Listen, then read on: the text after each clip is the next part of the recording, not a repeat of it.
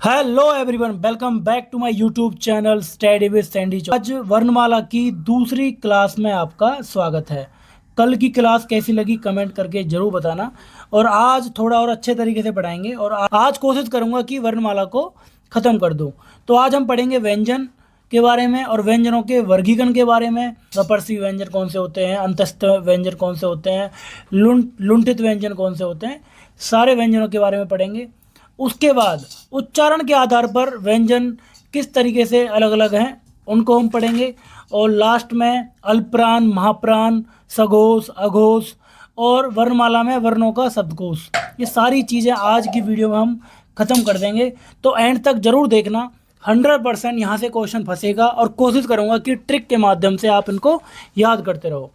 तो शुरुआत करते हैं व्यंजनों से। तो मैंने बताया था आपको 11 स्वर होते हैं, 33 व्यंजन होते हैं। अगर मोटे तरीके से देखा जाए तो जो 25 व्यंजन होते हैं उनको हम बोलते हैं एक तरीके से, उनको हम वर्गीय व्यंजन बोलते हैं, क्योंकि ये एक वर्ग बनाते हैं ऐसे करके, स्क्वायर बनाते हैं, इसलिए 25 को बोलते हैं वर्गीय व्यंजन या फिर सपर्श व्यंजन। बाकी चार ये हैं, इनको अंतस्थ और इनको ऊष्म व्यंजन, इस तरीके से इनको बांटा गया है। वाले वर्ग को बोलेंगे कै वर्ग, फिर चे वर्ग, फिर टे वर्ग, ते वर्ग और पे वर्ग। ट्रिक से याद रख सकते हैं, कचट तप। तो कै वर्ग का ये पहला अक्षर है, ये पहला वर्ण है, ये दूसरा वर्ण है, ये तीसरा, बोलते हैं ना पंचवा अक्षर। कै वर्ग का पंचवा अक्षर तो ये अंगा होगा, चे वर्ग का पंचवा अक्षर अइया होगा, टे वर्ग का पंचवा अक्षर अनय होगा। ये संधि में सारे काम आने वाले हैं, तो इनको एक तरीके से आप रट लो, ऐसे भी और ऐसे भी, दोनों तरीके से आप इनको रट लीजिए। तो के खे गे घे अंगा, चे छे जय जय अइया, टे ठे डे ढे अणे, ते थे दे धे ने, पे फे वे मैं, और फिर ये रे ले वे से है। तो इनके बारे में अब अलग अलग पढ़ेंगे। सबसे पहले है व्यंजनों का वर्गीकरण। लगभग 8 भागों में इनको बांटा गया है। ऐसा पेपर में नहीं आएगा, लेकिन हम अलग अलग तरीके से पढ़ेंगे कि कौन कौन से ये भाग हैं। सबसे पहले सपर्श व्यंजन बोल लो या फिर वर्गीय व्यंजन बोल लो, एक ही बात है। ये 25 जो है ना अपन, जो अपने 25 है ना, जो स्क्वायर में आ रहे हैं, 1 2 3 4 5 6 7 8 9 10, ऐसे ऐसे करके ये 25 हैं, इनको हम सपर्श व्यंजन बोलेंगे। तो ये टोटल हैं अपने 25, जिनके उच्चारण करते समय मुखांग पूर्णतः स्पर्श करें, जो हमारे मुख्य के अंग हैं वो स्पर्श करें। उसके बाद इन्हीं 25 में से 4 को अलग किया गया है सपर्श संघर्षी व्यंजन।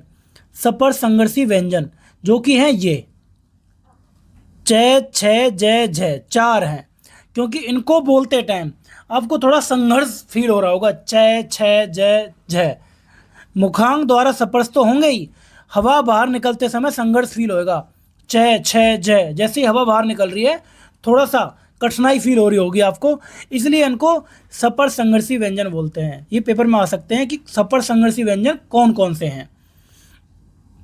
उसके बाद है अंतस्थ व्यंजन, ये भी 4 होते हैं। अंतस्थ व्यंजन ये रे ले वे, वो ध्वनि जिनका उच्चारण करते समय मुखांग आंशिक रूप से, मतलब आंशिक मतलब हल्का हल्का स्पर्श करे। जैसे आप बोल के देखो ये रे ले वे, तो बहुत ही हल्का स्पर्श हो रहा है, इसलिए इनको अंतस्थ व्यंजन बोलते हैं। तो ये बहुत ज़्यादा इंपॉर्टेंट है, ये रे ले वे। इनको भी अलग अलग कैटेगरी में बांटा गया है आपका, ये और वे। इनको अर्धस्वर बोलते हैं, अर्धस्वर। ये व्यंजन तो हैं, ये व्यंजन तो हैं, बिल्कुल कंफर्म बात है, लेकिन कहीं कहीं ये स्वर की तरह काम करते हैं, इसलिए इनको अर्धस्वर बोलते हैं, मतलब आधे स्वर। जैसे हम एक वर्ड पढ़ते हैं कोवा, कोवा भी लिख सकते हो, कोवा भी लिख सकते हो, देखो दोनों सही हैं। लेकिन कोवा, ए तो इसमें क्या है, आ तो इसमें क्या है, स्वर है, लेकिन वाह व्यंजन है। अब जो स्वर वाला काम कर रहा है ना, वाह जो वह है वो स्वर वाला काम कर रहा है। जैसे महिलाएं, महिलाएं का महिलाएं लिख सकते हैं। अब इसमें एक ही जगह यह लगा दो, वो भी स्वर की तरह काम कर रहा है। तो इसी प्रकार इन दोनों को हम अर्धस्वर भी बोलते हैं। डॉक्टर भोलानाथ तिवारी जी ने इनको संघर्षहीन से प्रवाह व्यंजन बोला है, मतलब जिनको बोलते समय कोई भी संघर्ष ना हो, इनका उच्चारण करते समय मुखांग नेक के बराबर स्पर्श हो, तो इनको संघर्षहीन से प्रवाह व्यंजन भी बोलते हैं, ये और वे को, ये और वे को। अब नेक्स्ट बात करते हैं हम लुंठित व्यंजन या फिर प्रकंपित व्यंजन। रे का उच्चारण करते समय जीवा ऊपर की तरफ मुड़ जाती है, रे। तो जीवा ऊपर की तरफ मुड़ गई, इसलिए इसको लुंठित व्यंजन बोलते हैं, है ना। और जीव के कांपने के कारण, कंपन के कारण इसे प्रकंपित व्यंजन बोलते हैं। बहुत ज़्यादा इंपॉर्टेंट है, बार बार पूछा जाता है कि लुंठित व्यंजन कौन सा है, वो है अपना रे, क्योंकि ये ऊपर की तरफ मुड़ जाती है जीव इसमें। बात करते हैं पार्श्विक व्यंजन, वो है ले, अपना ले। जिस ध्वनि का उच्चारण करते समय हवा जीव के दोनों पास बोलते हैं बगल, ले जीव के दोनों भागों से जो हवा है वो बाहर निकलेगी, इसलिए इसको पार्श्विक व्यंजन बोलते हैं ले को। ये तीनों की तीनों जो ये है ना, अर्धस्वर, लुंठित और पार्श्विक, ये बार बार आपके पेपर में आपको देखने को मिलेंगे। को लिखने की बिल्कुल ज़रूरत नहीं है, इन नोट्स को मैं आपको टेलीग्राम पे प्रोवाइड करा दूंगा और टेलीग्राम चैनल की लिंक आपको डिस्क्रिप्शन बॉक्स में मिल जाएगी। अब हम आगे चलते हैं। नेक्स्ट है ऊष्म व्यंजन, या फिर ईसत व्यंजन बोल दो, या फिर स्पष्ट व्यंजन बोल दो। जो अपने ये है से है, इनको ऊष्म व्यंजन बोलते हैं। ऊष्म मतलब जिसमें गर्म हवा निकले, ऊष्म। जिनके उच्चारण में हवा घर्षण के कारण ऊष्म होकर बाहर निकलती है। मतलब इनको आप बोलोगे ना से है, तो आप घर्षण होएगा अंदर, जिसके कारण गर्म हवा बाहर निकलेगी, ऊष्मा। आप बोल के देखो, गर्म हवा बाहर निकलेगी, घर्षण से है। अब बचे, ये मैं आपको पहले बता चुका हूँ, अढ़ा और अढ़ा, इनको उच्छिप्त व्यंजन बोलते हैं, या फिर ताड़नजात, या फिर विकसित, या फिर द्विगुण। ये 4 नाम है भाई साहब, चारों नाम में से कोई सा भी आ सकता है, तो चारों नाम याद करने बहुत ज़रूरी है। डे यूज करना है और कब अढ़ा यूज करना है, इसके 4-5 रूल बताए थे, वो आप पिछली क्लास में देख लेना। देखो इसे ताड़नजात क्यों बोलते हैं? ताड़नजात मीन आघात करना। जो वीणा होती है ना, उसमें तार को एकदम नीचे से खींचो और छोड़ दो, तो एक तरीके से क्या होएगा, ताड़नजात जैसा फील होगा, जैसे बिजली गिर गई हो, इसलिए इनको ताड़नजात बोलते हैं। ताड़नजात बोलते हैं बिजली गिरना। तो अढ़े और अढ़े को ऐसा फील होता है इनको बोलते टाइम, इसलिए इनको ताड़नजात बोलते हैं। और उत्क्षिप्त क्यों बोलते हैं? उत का अर्थ है ऊपर उठना, और क्षिप्त का अर्थ है शीघ्रता से नीचे आना। तो अढ़ा और अढ़ा का उच्चारण करते समय जीभ ऊपर उठकर झटके से नीचे आती है, इसलिए इनको उत्क्षिप्त व्यंजन बोलते हैं। और देखो इनको विकसित व्यंजन क्यों बोलते हैं? क्योंकि जो सिंपल डे और ढे है ना, उनका विकास करके अढ़ा और ढा बना है, तो उनका विकास हुआ है, डेवलप हुआ है, तो इसलिए इनको विकसित व्यंजन बोलते हैं। और द्विगुण का तो आपको पता ही है, इनका 2 रूपों में प्रयोग होता है। नुक्ता रहित यूज करेंगे सिंपल डे और अड़े, और नुक्ता सहित करेंगे, नुक्ता मतलब नीचे जो बिंदी लगती है, तो फिर अलग यूज है। तो 2 तरीके से इनका यूज करते हैं, इसलिए इनको द्विगुण बोलते हैं। देखो चारों जस्टिफाई कर दिए हैं कि अढ़ा और अढ़े को उच्छिप्त क्यों बोलते हैं, ताड़नजात क्यों बोलते हैं, विकसित क्यों बोलते हैं, और द्विगुण क्यों बोलते हैं। अगला है नासिक के ध्वनि। जो अपने पंचमा अक्षर है ना, जो अपने पंचमा अक्षर है, जैसे ये है 1 2 3 4 5, इन पांचों को हम क्या बोलते हैं? इनको हम नासिक के ध्वनि बोलते हैं, क्योंकि इनको बोलते टाइम आपकी जो ध्वनि है वो नाक से निकलेगी। ठीक, ये तो आपका खत्म हो गया कि 8 टाइप मैंने बताए थे, सब आपने पढ़ लिए हैं। अब हम पढ़ेंगे कि उच्चारण के आधार पर, जो कि सबसे ज़्यादा इंपॉर्टेंट है, उच्चारण के आधार पर, कि उच्चारण करते समय इनकी जो वॉइस है वो कहाँ से निकलती है, कहाँ टच करती है, तो उस हिसाब से इनको बांटा गया है, और इनसे क्वेश्चन आता ही है। ये हम ट्रिक से याद करेंगे। तो सबसे पहले तो आपको ये याद होने चाहिए कि कौन कौन सी जगह होती हैं, ठीक है। तो जैसे हम ट्रिक से याद करेंगे, KTM 2, KTM बाइक होती है 2, तो K से कंठव्य मतलब कंठ से जो निकले, T से तालव्य तालु, M से मूर्धन्य मूर्धा, और D से दंतव्य दंत, और O से ओष्ठ है मतलब होठ, आपके होठ क्या है, नीचे सबसे नीचे कंठ है आपका, है ना, गले पे। कंठ से धीरे धीरे ऊपर आते हुए, कंठ से आप धीरे धीरे ऊपर आओगे तालु, फिर मूर्धा, फिर आपके दांत आएंगे, और सबसे लास्ट में आपके होठ आएंगे। तो इसी कैटेगरी के हिसाब से आपके सारे व्यंजन की जो पोजीशन है वो रखी गई है। कितने अच्छे से बनाई गई होगी हिंदी जिस टाइम बनी होगी, कि जिनकी आवाज़ कंठ से होते हुए निकल रही है उनको एक कैटेगरी में रखा, जिनकी तालु से निकल रही है उनको एक कैटेगरी में रखा, जिनकी मूर्धा से निकल रही है, फिर उनकी दंत से निकल रही है, फिर लास्ट में होठ से निकल रही है। तो ये 5 नाम याद रखोगे आप। तो जैसे आप लिखते हो ना, इनको सीधा सीधा ऐसा लिख दो, जैसे आपके जो 25 वर्गीय व्यंजन होते हैं ना, क ख ग घ 25 हो जाएंगे टोटल। तो जो पहला वाला क वर्ग है वो आएगा कंठव्य में, च वर्ग है तालव्य में, ट वर्ग है मूर्धन्य में, और ये त वर्ग है दंत में, और प वर्ग है ओष्ठ में। ये सीधा सीधा आप यहाँ से याद कर लोगे, ठीक है। अब इनके अलावा जो बचे उनकी क्या ट्रिक है वो हम देखते हैं। मैंने पिछली क्लास में आपको बताया था कि जो हमारे स्वर हैं उनकी आवाज़ कहाँ कहाँ से निकलती है, उसको मैं इसी क्लास में कराने वाला हूँ। तो इसकी एक ट्रिक है, एक लड़का है ईयस, इसका विवाह होएगा, ठीक है। तो विवाह होएगा किसका, ईयस का, तो उसमें ऋषि आएंगे, है ना, ऋषि आएंगे बिल्कुल, जो मंत्र मंत्र पढ़ेंगे शादी के लिए। ऋषि जी आए, उन्होंने देखा कि लड़का तो बिल्कुल लाश जैसा है, मतलब बहुत ही दुबला पतला है और बिल्कुल पसीने पसीने निकल रहे हैं और बैठा बैठा ऊ ऊ कर रहा है, ऊ ऊ। देखो जस्ट फनी ट्रिक है, और नवीन सर ने बताई थी तो वही मैंने याद कर रखी है कि विवाह है ईएस लड़के का, ऋषि जी आए, उन्होंने देखा लड़का लाश जैसा है, ऊ ऊ कर रहा है गर्मी के मारे। तो बस ये याद कर लिया तो सब कुछ याद हो गया। देखो विवाह, विवाह से क्या रखेंगे, वी से तो विसर्ग, जो अपना विसर्ग थे ना ये वाले जो दो बिंदी लगी रहती पीछे, वो भी कंठव्य में आएगा, वो भी कंठव्य में आएगा। उसके बाद देखेंगे हम, देखो वाह, वाह में क्या सिंपल ए तो आएगा ही इसमें, और फिर आ का डंडा लगा हुआ तो आ भी आएगा, है ना। तो ए हो गया, आ हो गया, और लास्ट में है। तो देखो कै वर्ग हो गए, ए आ है और विसर्ग, ये सारा सब कुछ आएगा कंठव्य में। शादी किसकी है, ईएस की, तो छोटी ईवी, बड़ी ईवी और ये और से, ये आएंगे आपके तालव्य में। ऋषि वहाँ पे आए तो ऋषि री, और ऋषि में ही रे की आवाज़ होती है, और ये रहा अपना से, ये आएंगे मूर्धन्य में। लहास जैसा, लहास जैसा मतलब ले और से, और जो ये जय ना, ये नुक्ता वाला जय है। वैसे तो आपने जो जय तालव्य में, ये सिंपल जय है, एक नुक्ता वाला जय होता है जिसमें बाईं तरफ यहाँ बिंदी होती है, तो ये नुक्ता वाला जय है। और अपने जो बचे वो कैसे कर रहा था, ऊ ऊ ऊ ऊ, ये यहाँ आ गए। तो आपने देखा सारे स्वर आ गए होंगे यहाँ पे सारे स्वर यहाँ पे आ गए होंगे। लेकिन आपने एक चीज़ नोटिस करी होगी, यहाँ भी स्वर हैं, यहाँ भी स्वर हैं, और यहाँ भी एक स्वर है री, लेकिन इसमें दंतव्य वाली लिस्ट में एक भी स्वर नहीं है। तो दंतव्य से किसी भी स्वर का उच्चारण नहीं होता, ये इंपॉर्टेंट चीज़ है, ये याद रख लेना आप, दंतव्य से किसी भी स्वर का उच्चारण नहीं होता ये ट्रिक आपने याद कर ली होगी। अब बात करते हैं हम दंतोष्ट है। दंतोष्ट मतलब दांत और होठ, ये दोनों से मिलके जो वॉइस आती है, दंतोष्ट। ऐसे नासिक के, नासिक के तो मैंने बता दिया था, जो अपने पंचवें अक्षर हैं वो 1 2 3 4 5, और अपना अनुस्वार, ये अपना नासिक के, इनकी आवाज़ नाक से आती है ना। दंतोष्ट में आप वे और फे को रख लो, नुक्ता वाला फे है ये, नुक्ता वाला, ठीक है, ये आपको याद करना पड़ेगा। अब जो ये हैं अपने अपने जो स्वर बच गए, ए और बड़ी ए, ओ और बड़ा ओ, ये बच गए। तो इनको सबसे सिंपल ट्रिक है, जो अपना ए है ये कैसे बनता है भाई, ए और ई से मिलके बनता है, ये तो पता होगा आपको, पिछली बार बताया था मैंने आपको, जब स्वरों का वर्गीकरण किया होगा, जब मैंने बताया था कैसे बनता है, ए और ई से मिलके ए बनता है।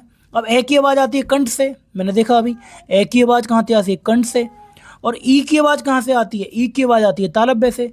इसलिए ए और ए ये होंगे कंठ तालव्य, क्या होंगे, कंठ तालव्य, कंठ और तालव्य दोनों से मिलकर इनकी आवाज़ आ रही है। अब पढ़ेंगे ओ और ओ, जो ओ है वो किससे मिलकर बनता है, ए और ऊ से। तो ए तो अपना कंठ है, ऊ कहाँ से आता है, ओष्ठ से। देखो आपने देखा होगा ऊ ओष्ठ से आता है, वैसे भी ऊ बोल के देखो आप, होठ से निकलेगी। तो ये दोनों मिलके कंठ और ओष्ठ, कंठोष्ठ, तो ये कंठोष्ठ से आवाज़ आएगी इनकी। सब कुछ क्लियर हो गया आपका एकदम से, इनको अच्छे से याद कर लेना, यहाँ से क्वेश्चन बनते हैं हर बार, ठीक है। अब है जो नुक्ता वाले थे, मैंने आपको बताया था, जो नुक्ता वाला जय है, जो नुक्ता वाला जय है वो यहाँ आ गया, नुक्ता वाला फे यहाँ आ गया, तो जय भी हो गया, फे भी हो गया, दंत और दंतोष्ठ, ठीक है। नुक्ता मैंने बताया था आपको कल ही, नुक्ता वो जो अरबी भाषा या फिर फारसी भाषा के शब्दों में प्रयोग होते हैं वो नुक्ता होते हैं। नई विकसित ध्वनियाँ इन्हीं को कहते हैं। इनका सबसे पहले प्रयोग राजा शिव प्रसाद सितारे हिंद द्वारा किया गया था। ये नई विकसित ध्वनियाँ आजकल यूज होने लग गई हैं। जैसे आप देखोगे एक होता है कफ, हिंदी में कफ, बलगम, लेकिन जो अरबी भाषा का शब्द है कफ, उसमें ये नुक्ता वाला लगता है, उसका मतलब होता है बटन का हिस्सा, कफ नहीं होता, कफ बटन का हिस्सा। ऐसे ही एक होता है जरा, जो अपना वाला जरा होता है, ऐसे जरा मार गया मतलब बुढ़ापा आ गया। एक होता है जर्रा, जय पे थोड़ा जोर लगेगा, इसका मतलब थोड़ा, ये है अरबी भाषा का शब्द। तो ये नई विकसित ध्वनियाँ हैं, ये याद कर लेना। तो आपने ये सबसे इम्पोर्टेंट था इसमें उच्चारण के आधार पर, ये मैंने ट्रिक से करा दिया आपको, ये वाली ट्रिक थी और इनको आप आराम से याद कर सकते हो। अब अगला है प्राणत्व के आधार पर व्यंजनों का वर्गीकरण। तो ये प्राणत्व के हिसाब से दो हिस्सों में बांटे गए हैं, अल्पप्राण और महाप्राण। अब अल्पप्राण कौन से होते हैं? जिनके उच्चारण में फेफड़ों से बाहर निकलने वाली वायु की मात्रा कम हो, इट मीन्स कम श्वास खर्च हो। जिन्हें बोलते टाइम अपना जो श्वास है वो कम खर्च हो, और जिसमें वायु की मात्रा अधिक निकले, ज़्यादा श्वास खर्च हो, वो महाप्राण होते हैं। कम खर्च होते हैं वो अल्पप्राण होते हैं, वो नाम से ही पता लग रहा है। अब कन्फ्यूजन इसमें ये होती है कि अल्पप्राण कौन से हैं, महाप्राण कौन से हैं। पेपर में आ जाता है निम्नलिखित में से कौन सा अल्पप्राण व्यंजन है, कौन सा महाप्राण व्यंजन है। तो इसकी एक छोटी सी ट्रिक है। अल्प अल्प को मान लो ए को मैं एक बोल सकता हूँ, कोई दिक्कत नहीं है। लय जो बनता है अपना लगभग 3 की तरह बनता है, राइट, और पै से 5 बनता है, तो 1 3 5। तो इसका मतलब ये है जो हमने अभी वर्गीय व्यंजन पढ़े थे ना 25, ये कै कचट तप पहली लाइन थी, फिर दूसरी लाइन थी, फिर तीसरी, चौथी, पांचवी। तो एक का मतलब है first line, second line, third, fourth, fifth.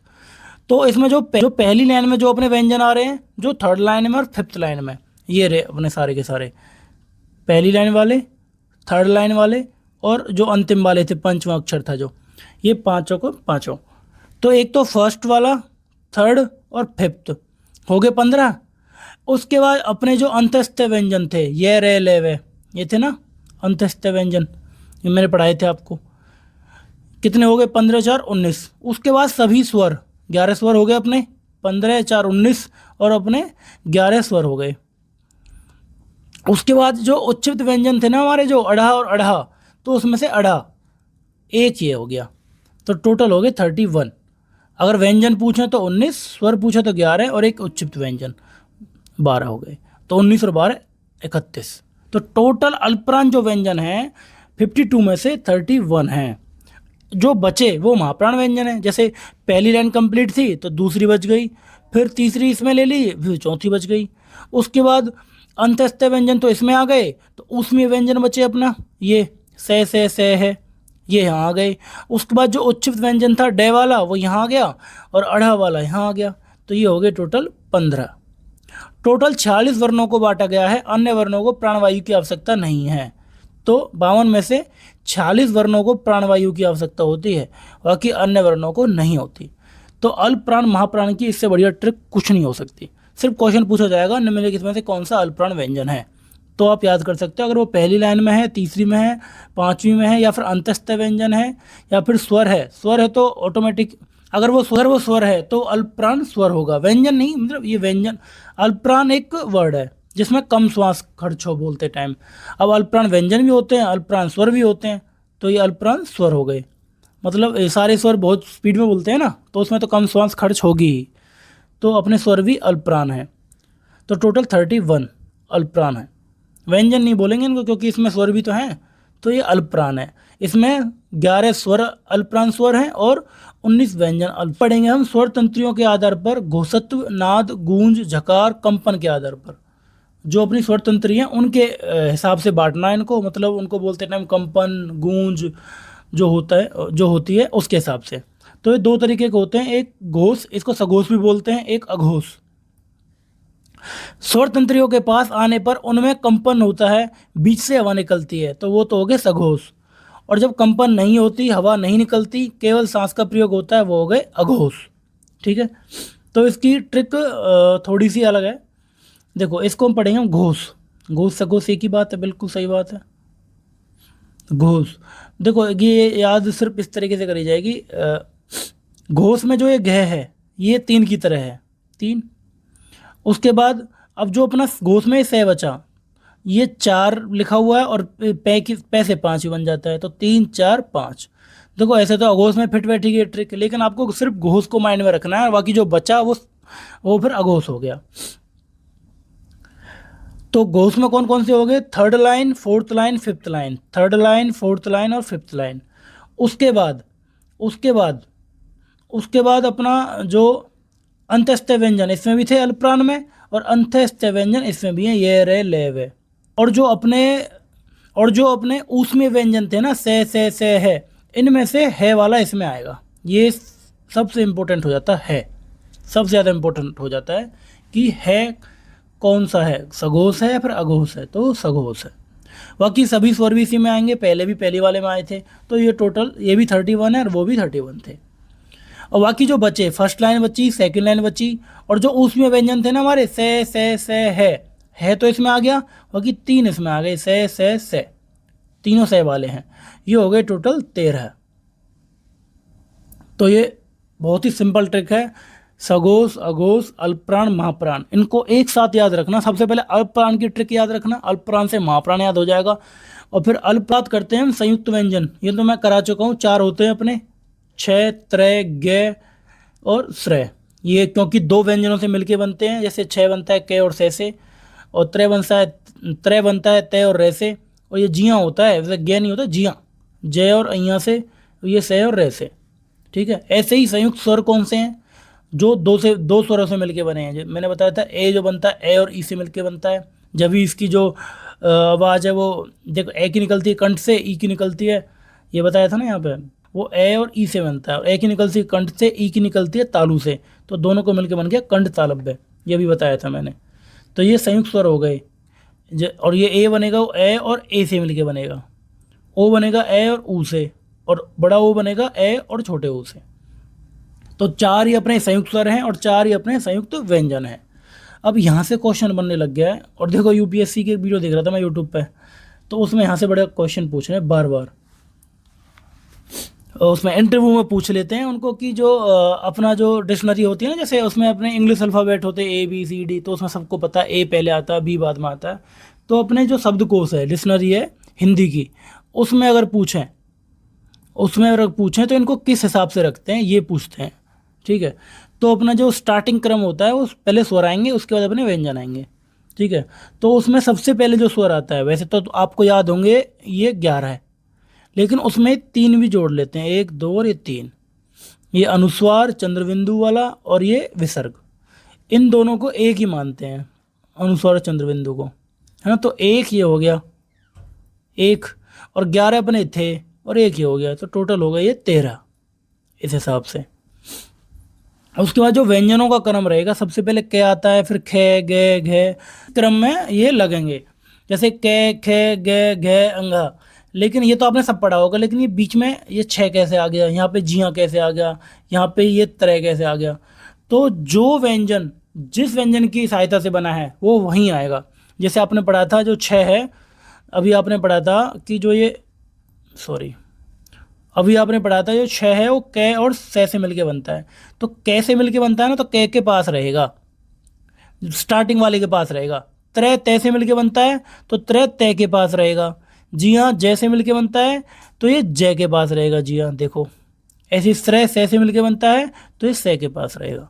बस ये याद रखना, बाकी आप आराम से लिख दोगे। क, फिर ये 6 आएगा, ख ग घ अंगा, ऐसे ये 6 6 जय जिया ग अहिया, तो ये सब याद रखोगे आप। ठीक है, जैसे सबसे पहले अनुस्वार आएगा, फिर अनुनासिक आएगा चंद्रबिंदु, उसके बाद विसर्ग आएगा, फिर क का की कू क्रय के को। ठीक है, ये सिर्फ आप याद रखना। अगर हिंदी की कोई डिक्शनरी होगी तो उसमें जैसे ढूंढते हैं ना, इंग्लिश की डिक्शनरी में कोई वर्ड आ गया, जैसे एलिफेंट आ गया, तो एलिफेंट में ई अल्फ़ाबेट पे जाएंगे हम, सबसे पहले ई वाले इकट्ठे हो जाएंगे, फिर हम एल पे जाएंगे, फिर ई एल वाले ढूंढेंगे, फिर वहाँ भी बहुत सारे मिलेंगे तो फिर ई एल ई वाले ढूंढेंगे। ऐसे ही हिंदी की जो वर्णमाला है उसमें अगर हम देखेंगे, उसकी शब्दकोश में देखेंगे, तो उसमें सबसे पहले हम अनुस्वार देखेंगे, फिर अनुनासिक देखेंगे, फिर विसर्ग देखेंगे, उसके बाद ए आ ई, इस तरीके से देखेंगे। ये उनका क्रम रहने वाला है।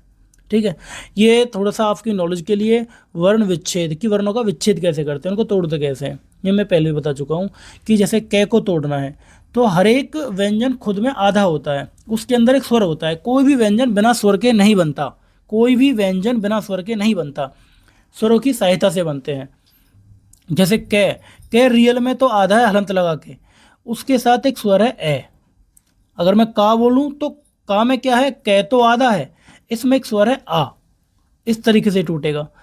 ऐसे ही अगर मैं तोड़ता हूं तय को, इसका मतलब है इसमें तय तो आधा है ही, तय तो जो अपना है वो आधा है ही, इसमें यह पूरा है, इसमें जो यह है वो भी आधा है, और यह में स्वर है एक ए, इस तरीके से। ठीक है, अब एक वर्ड देखा होगा आपने, कहीं कहीं दे के ऊपर यहाँ दह रखा रहता है, इसका मतलब ये नहीं है कि ये दह आधा है, इसका मतलब ये है दह आधा है और अपना दह पूरा है, और दह पूरा है तो उसमें क्या होगा, स्वर होगा, तो दह पूरा है तो इसमें ये स्वर हो गया। ये इंपॉर्टेंट है, देखो ये लिखा मैंने, इसमें दह आधा है, दह पूरा है। ऐसे ही यहाँ पे दह के ऊपर वे लगा रहता है तो उसमें भी वे पूरा है। ठीक है। एक वर्ड आता है आजकल की, उज्ज्वल को कैसे लिखते हैं, ये पेपर में बहुत आता है, उज्ज्वल।